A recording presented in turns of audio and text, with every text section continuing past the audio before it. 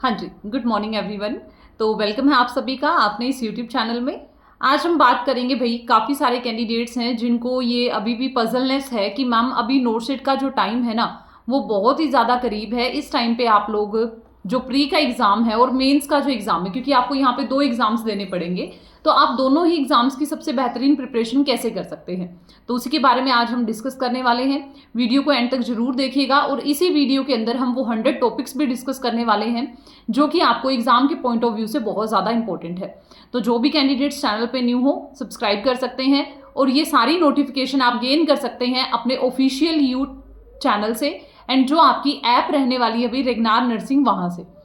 तो देखो भाई, अभी टाइम है हमारे पास लगभग 25 दिन है ना, बीच में होली है जिसमें आप 1-2 दिन वेस्ट कर दोगे अपना, ठीक है। तो मेरा मानना तो ये है कि आप होली के टाइम पे अपना टाइम वेस्ट ना करें, ठीक है। अब टोटल मान के चलें तो हमारे पास सिर्फ 25 दिन है। जो बच्चे ESIC के लिए प्रिपरेशन करना चाहते हैं, GMCH के लिए प्रिपरेशन करना चाहते हैं, उनके पास भी लगभग 3 से 4 महीने हैं। अब बात करेंगे हम सबसे पहले नोट सेट 6 वालों की। देखो भाई, प्री और मेंस 2 एग्जाम आपको क्लियर करने पड़ेंगे अगर आप नर्सिंग ऑफिसर बनना चाहते हैं एम्स के अंदर।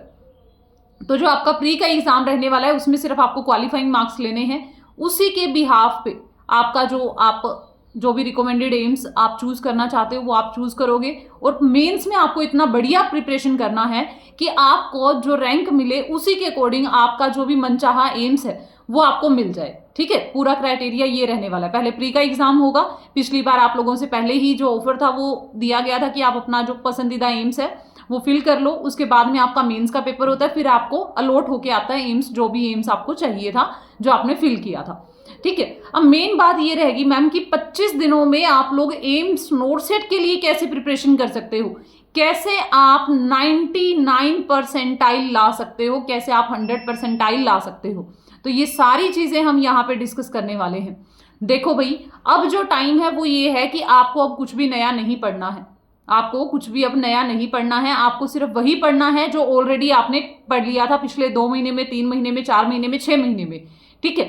अब आप लोगों के पास मैंने प्रीवियस भी जो बच्चे थे जो काफी टाइम से प्रिपरेशन कर रहे थे उनको एक शेड्यूल बताया था कि आप किस टाइप से प्रिपरेशन कर सकते हो। अब मैम हम लोगों ने तो प्रिपरेशन ही 1 महीना पहले स्टार्ट किया है ना, तो अब हम लोग सारा टॉपिक, सारी थ्योरीज कैसे कवर करेंगे। तो सबसे पहले आप लोग लिखिएगा वो इंपॉर्टेंट टॉपिक्स जो आपको एग्जाम में आने वाले हैं, ठीक है, जिसमें से 100 जो टॉपिक्स रहेंगे, 100 to 150 टॉपिक्स है जहां से आपका क्वेश्चन पेपर जो है वो उठ के आएगा। जिसमें से सबसे पहला टॉपिक बनता है आपका स्ट्रोक, उसके बाद में हाइपरटोनिक सॉल्यूशन से क्वेश्चन आता है, ड्रग डोज कैलकुलेशन से क्वेश्चन आता है, एसिड बेस इंबैलेंस का क्वेश्चन आपको देखने को मिलेगा वहां पे। साथ में ही आप लोगों को वहां पे क्वेश्चन आएगा एक एंटीडोट का, लिथियम से क्वेश्चन आएगा, एंटीसाइकोटिक ड्रग से क्वेश्चन आएगा, EPS जो साइन एंड सिम्टम्स है वहां से पिछली बार 2 क्वेश्चन आए थे। उसके बाद में डिजोक्सिन से क्वेश्चन आता है, ठीक है, फिनेटोइन का एक क्वेश्चन आता है, एस्पिरिन से एक क्वेश्चन पूछा जाता है एग्जाम में, ठीक है। नॉर्मल जितने भी मेजरमेंट्स हैं जैसे कि ICP है, IOP है, ठीक है, CBP है, ये सारा प्रेशर आपको याद होना चाहिए। उसके बाद में नर्वस सिस्टम में क्वेश्चन पूछा जाता है भाई अर्लीस्ट साइन का, गुलियन बेयर से या मल्टीपल स्क्लेरोसिस से एक क्वेश्चन पूछा जाता है कि मोस्ट अर्लीस्ट साइन कौन सा होता है। उसके बाद में बचता आपका लिथियम एंटीमेनिक ड्रग, जहां से क्वेश्चन आएगा, एक क्वेश्चन सोडियम एंड पोटाशियम से पूछा जाता है, ठीक है। ये फिक्स है ये वाले क्वेश्चन जो एग्जाम में यहाँ से आते ही आते हैं। वाइटल साइन से 1 या 2 क्वेश्चन आएगा, या तो रेस्पिरेशन से पूछेगा या फिर नॉर्मल हाइपोथर्मिया, मॉडरेट हाइपोथर्मिया, ये क्वेश्चन पूछेगा। अब आपके पास 4 से 5 स्केल है। 4 से 5 स्केल कौन सा है भाई, GT पाल स्कोर हो गया, वो आपको करना है। EDD कैसे निकालनी है वो भी आपको याद रखना है। ड्रग डोज कैलकुलेशन आपको आना चाहिए। अपगार स्कोर से आता है क्वेश्चन और GCS से क्वेश्चन पूछा जाता है, ग्लासको कोमा स्केल से क्वेश्चन पूछा जाता है। उसके बाद पिछली बार इंसुलिन से भी 2 क्वेश्चन आए थे एग्जाम में। ब्रेस्ट फीडिंग का जो टॉपिक है वो बहुत इंपॉर्टेंट है। उसके बाद में कॉन्ट्रासेप्टिव का जो टॉपिक है वो भी बहुत ज्यादा इंपॉर्टेंट है। मैं आपको ये सिर्फ वो 150 और 100 से 150 वो टॉपिक्स बताऊंगी यहाँ पे जो कि आपको एग्जाम में डायरेक्टली जहां से क्वेश्चन मिलने वाला है। आपको एक भी टॉपिक ऐसा नहीं मिलेगा इनमें से जहां से क्वेश्चन ना आए। तो जो बच्चे इन एंड के इतने दिनों में भी अपनी जो प्रिपरेशन है कहे मुताबिक कर लेंगे, उनका सिलेक्शन कोई नहीं रोक सकता। मेंस के लिए स्ट्रेटेजी जो है हम बाद में बनाएंगे, क्योंकि हमारे पास लगभग 15 दिन होंगे मेंस के लिए, 15 से 20 दिन, तो वो स्ट्रेटेजी हम बाद में बनाएंगे। इसीलिए हम लोगों ने अभी रिलीज किया है 999 का जो बैच है, जिसमें टेस्ट सीरीज के साथ में आप लोगों को वही MCQ मिलेंगे जो डायरेक्टली आपको एग्जाम में आने वाले हैं, ठीक है। तो जो भी बच्चे ज्वाइन करना चाहते हैं नीचे कॉल करके, कॉन्टेक्ट करके या फिर वेबसाइट पे विजिट करके ज्वाइन कर सकते हैं।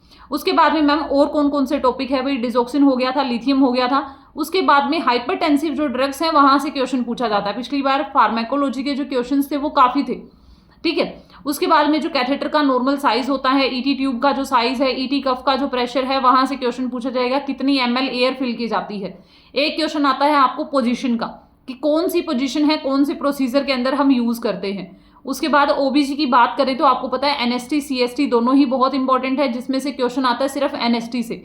हाइपरटेंसिव डिसऑर्डर है, MgSO4 है, वहां से क्वेश्चन पूछा जाएगा आपसे। डीप टेंडन रिफ्लेक्सेस है, मोस्ट अर्लीस्ट साइन कौन सा होगा, ये क्वेश्चन पूछा जाता है। उसके बाद में आपको एग्जाम में क्वेश्चन आता है एक टोकोलिटिक एजेंट से। नॉर्मल लेबर में जो आपकी लात वाली टेक्निक है, लेग वाली टेक्निक है, वहां से क्वेश्चन आएगा latent active and transition phase से। एक क्वेश्चन आएगा कि फीमेल जो है उसकी कंडीशन दे देगा आपको और पूछेगा कि अब आपको क्या करना है, ठीक है। लेबर में है फीमेल, या फिर इतने टाइम से कॉन्ट्रैक्शंस आ रही हैं, अर्ली लेट डेक्सेलरेशन का क्वेश्चन भी एग्जाम में पूछा जाता है। उसके बाद में एग्जाम में क्वेश्चन आता है भाई आपका, अगर आप फार्मा में बात करो तो ये चुनिंदा सी ड्रग है, एस्पिरिन को मिला के सैलिसाइक्लिक एसिड, एंटीडोट्स, ये सारे आपको याद रखने हैं। फंडामेंटल्स में जितने भी प्रोसीजर हैं उनके बारे में आपको बेसिक नॉलेज होनी चाहिए। कोलोस्टमी का एक क्वेश्चन पक्का आता है, कार्मर स्केल आता है, ठीक है, कार्मर स्केल पूछा जाता है। ब्रेडन स्केल का क्वेश्चन बनता है एग्जाम में। प्रेशर सोर्स से वहां पे क्वेश्चन पूछा जाएगा आप लोगों से कि किस ग्रेड का है, और इसके लिए बर्न का क्वेश्चन आएगा एक मैनेजमेंट का, ठीक है, फर्स्ट और एक्टिव स्टेज का, और जो अर्ली 24 आवर्स के अंदर आप क्या मैनेजमेंट करोगे। उसके बाद एक क्वेश्चन फ्रैक्चर से बनता है जो कि मोस्ट इंपॉर्टेंट है, ठीक है भाई। जिंक ऑक्साइड का क्वेश्चन पूछा जाता है पेपर में हर बारी। सोडियम और पोटाशियम के ईसीजी चेंजेस याद रखने हैं, साथ में ही वो इंट्रा सेलुलर है, एक्स्ट्रा सेलुलर है, या फिर किस टाइप से आपकी बॉडी के अंदर बैलेंस रखते हैं। ये सारे क्वेश्चंस जो हैं वो पूछे जाएंगे। और भी टॉपिक्स हैं भाई जो मैंने आप लोगों के लिए यहाँ लिख के रखे हैं। फोटोथेरेपी है, साइकोफार्मेकोलॉजी है, जहां से क्वेश्चन आएगा। उसके बाद में स्टरलाइजेशन से क्वेश्चन आता है। जितने भी ट्यूब हैं आपकी, ईटी ट्यूब, टीटी ट्यूब, और जो आपकी एनजी ट्यूब है, एपिजोटमी हो गया, रीनल स्टोन हो गया, ठीक है। और यहाँ पे क्वेश्चन आएगा फ्लूइड कैलकुलेशन से। सीजोफेनिया का एक क्वेश्चन आता है, वैसे ऑलमोस्ट ईपीएस के 2 क्वेश्चन आ जाते हैं। ट्यूबरक्लोसिस से क्वेश्चन आता है। डोट्स की जो ड्रग है वो याद रखनी है। ईसीजी आपको याद रखना है, ठीक है। डायलिसिस से क्वेश्चन पक्का आता है, ये याद रखिएगा। हार्ट फेलियर से क्वेश्चन पूछा जाता है, चाहे उसकी ड्रग ऑफ चॉइस पूछ ले, चाहे वो आपको पूरा का पूरा जो टॉपिक है उसमें से नर्सिंग मैनेजमेंट पूछ लिया जाए। एक क्वेश्चन आता है भाई हाइपोक्सिया का, डिफेंस मैकेनिज्म का, इमरजेंसी नर्सिंग का, और जो आपकी चेकलिस्ट होती है सेफ्टी चेकलिस्ट, वहां से क्वेश्चन पूछा जाएगा। एक क्वेश्चन सूचर का आता है। वाइटल स्टैटिस्टिक्स याद करने हैं आपको, ठीक है। जितने भी विटामिन है, आपकी बार न्यूट्रिशन के 3 से 4 क्वेश्चन पक्का मिलेंगे आपको एग्जाम में, तो जो वाइटल स्टैटिस्टिक है वो भी याद रखना है। साथ में आप लोगों को यहाँ पे एपीएच पीपीएच याद रखना है, ठीक है। और न्यूट्रिशन में एटलीस्ट आप विटामिन पढ़ के जाइए, क्योंकि वहां से क्वेश्चन आ सकता है। उसके बाद में यूरिन आउटपुट का बड़ा क्वेश्चन पूछा जाता है। फ्लूइड कैलकुलेशन का क्वेश्चन पूछा जाता है। अब भाई ऑक्सीजन थेरेपी हो गया, साइलेंट सिम्टम्स हो गए, प्रेगनेंसी के presumptive probable and positive sign हो गया, सीओपीडी हो गया, और एक लाइम डिजीज का क्वेश्चन बड़ा आता है। एपिग्लोटाइटिस आता है एग्जाम में, सीओपीडी पूछा जाता है। क्रोनिक ऑब्स्ट्रक्टिव डिजीज पूछी जाती है, ठीक है भाई। और भी बता देते हैं। सीपीआर मत भूलिएगा इसको, ठीक है ना। सीपीआर को तो मोस्ट इंपॉर्टेंट है ये। सीपीआर से क्वेश्चन आता ही आता है, ठीक है। या फिर यहां से नर्सिंग प्रायोरिटी पूछ लेगा कि अब पेशेंट जो है उसके लिए आप क्या कर सकते हो, ठीक है। और आपका जो क्वेश्चन बनता है भाई, लिमिटेड से टॉपिक हैं जहां से आपके क्वेश्चंस आएंगे। माल न्यूट्रिशन से एक क्वेश्चन पूछा जाता है, ठीक है, याद रखिएगा। आरएच इनकॉम्पेटिबिलिटी से आपको क्वेश्चन आता है। हाइपरटेंशन का एक क्वेश्चन जो है एग्जाम में बड़ा पूछा जाता है, ठीक है, ये भी आप लोगों को याद रखना है। अच्छा, एक जो कंजेनाइटल हार्ट डिसऑर्डर है वहां से कॉन्ट्रासेप्टिव डिवाइस हो गया, लेवल ऑफ प्रिवेंशन हो गया, यहां से क्वेश्चन आएगा।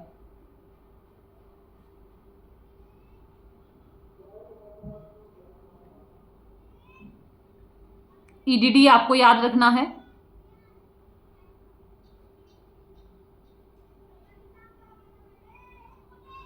उसके बाद में जो आपकी नॉर्मल वैल्यूज हैं, पोटाशियम की होगी, सोडियम की होगी, कैल्शियम की होगी, यहां से भी क्वेश्चन पूछा जाता है एग्जाम में, ठीक है भाई।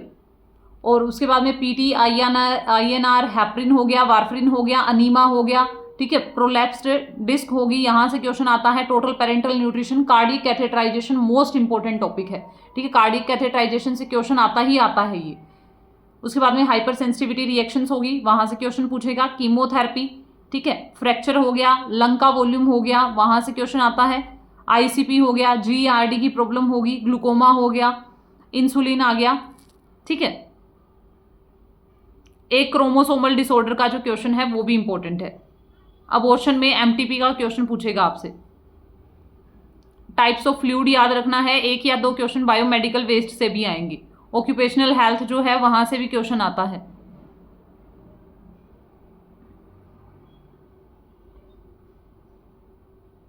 हेपेटाइटिस याद रखना है, हेपेटाइटिस और एचआईवी दोनों से ही क्वेश्चन पूछे जाते हैं। एडीएचडी से क्वेश्चन आता है। मेंस्ट्रुअल साइकिल मैंने कल ही करवाया है, याद रखिएगा। कम्युनिकेबल डिसऑर्डर्स जो है वो याद रखने हैं। एक क्वेश्चन जो है वो वैक्सीनेशन का भी बनता है।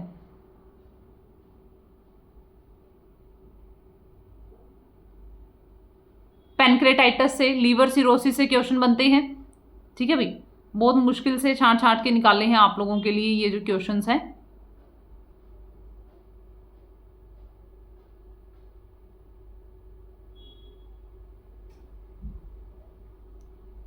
और भाई और आप लोगों को देखो ध्यान रखना है, जिसको पढ़ के हर कोई जाएगा, बट मेन बात ये होगी कि वहां पे आप क्वेश्चन किस टाइप से अटेम्प्ट कर रहे हो, ठीक है ना। सबसे मेन बात यही है कि वहां पे आप क्वेश्चन किस टाइप से अटेम्प्ट कर रहे हो, वो सबसे बेहतरीन तरीका होना चाहिए आपका क्वेश्चन अटेम्प्ट करने का, ठीक है। और हियरिंग एड से याद रखिएगा भाई क्वेश्चन आता है। कटारेक्ट का क्वेश्चन आता है आप लोगों को। Types of shock, anaesthesia, ventilator, और जो ब्लेड्स आप कट करने के लिए यूज करते हो, 12 नंबर ब्लेड हर बार एग्जाम में आती है, ठीक है भाई। और यहाँ पे फिनेटोइन इंपॉर्टेंट है, ये आपको बता ही दिया। पार्किंसन डिसऑर्डर है वो भी याद रखना है। अच्छा, ग्लोमेरुलोपैथीज आती हैं एग्जाम में। कुशिंग सिंड्रोम आता है, ठीक है। ग्रेव डिजीज, डिस्फेजिया हो गया, एनजी ट्यूब हो गया, आईसीपी बड़ा हुआ है, यहां से क्वेश्चन आएगा। आईबीडी का क्वेश्चन भी बड़ा पूछा जाता है। एक कैंसर का क्वेश्चन आएगा।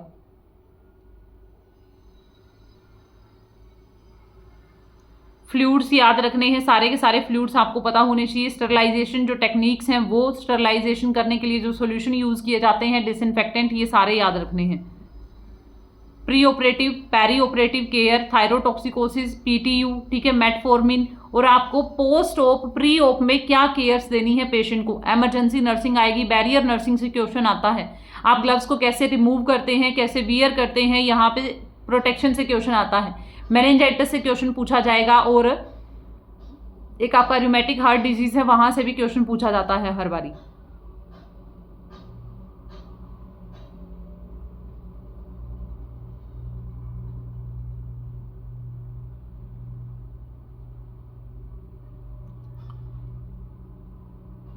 तो भाई ये बहुत ज्यादा इंपॉर्टेंट है और आप लोगों को याद भी रखना है, क्योंकि यही जो टॉपिक्स हैं ये आपका सिलेक्शन करवाने वाले हैं। अगर आप अब पढ़ाई पे ध्यान नहीं दोगे, ठीक है, कुछ और टॉपिक्स हैं जो मैं आपको जल्द ही बता दूंगी, इन्फॉर्म भी कर दूंगी, ठीक है। तो ये वो टॉपिक्स हैं भाई जो एग्जाम में आपका सिलेक्शन करवाएंगे ही करवाएंगे। डायबिटीज मेलाइटस से क्वेश्चन आता है, एचएचएनएस आता है, डीकेए आता है एग्जाम में, ठीक है। या फिर यहाँ से मैनेजमेंट पूछ लेता है कि किस टाइप से आप करोगे। शोक में हाइपरटोनिक सॉल्यूशन की, हेमरेजिक और इस्टीमिक स्ट्रोक की मैनेजमेंट किस टाइप से करोगे।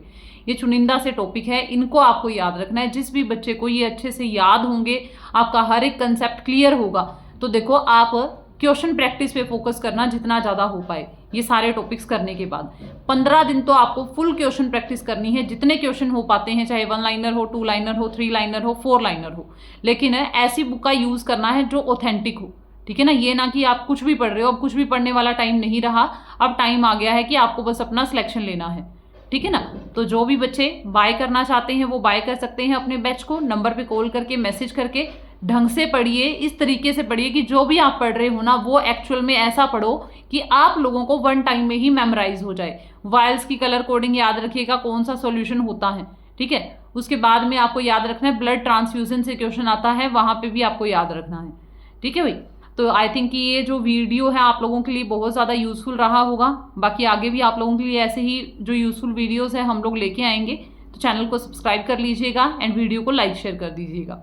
ये कुछ टॉपिक्स हैं जो आपके काम आ पाए, जो आपको एग्जाम में सफलता दिलवाने में हेल्प करेंगे, ठीक है। ठीक है भाई। तो जो भी बच्चे ज्वाइन करना चाहते हैं वो नीचे डाउनलोड कर सकते हैं ऐप को और नंबर पे भी अपना रजिस्ट्रेशन करवा सकते हैं। Thank you so much.